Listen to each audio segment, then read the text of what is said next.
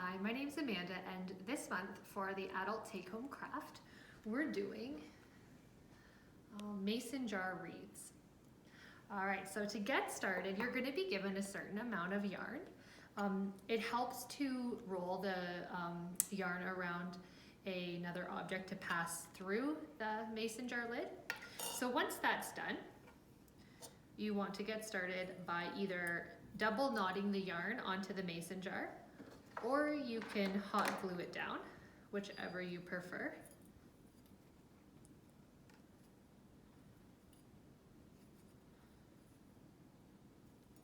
Okay, so I'm ready to go.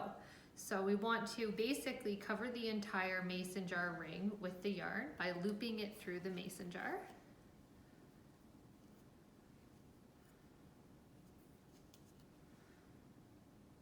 And the idea is to not have the jar lid showing at the end. So you want to keep the loops nice and tight, and you're going to go all the way around.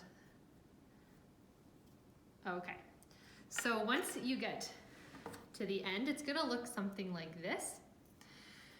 So you can make your last loop through and either cut the yarn. If it's short enough, you can just pull it off the item that you have it spooled around. And then I just knotted it, and now I'm going to pull it tight. You can also, again, hot glue it down, whatever your choice is. I created a little loop on mine, but you can always do it differently. Like there's this one, for example, where the ribbon was used. So then just to make a little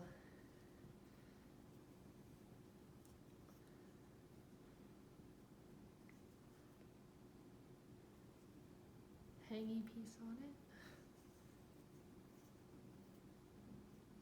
So I basically just kind of looped it and then double knotted it. I'm going to cut off the extra yarn.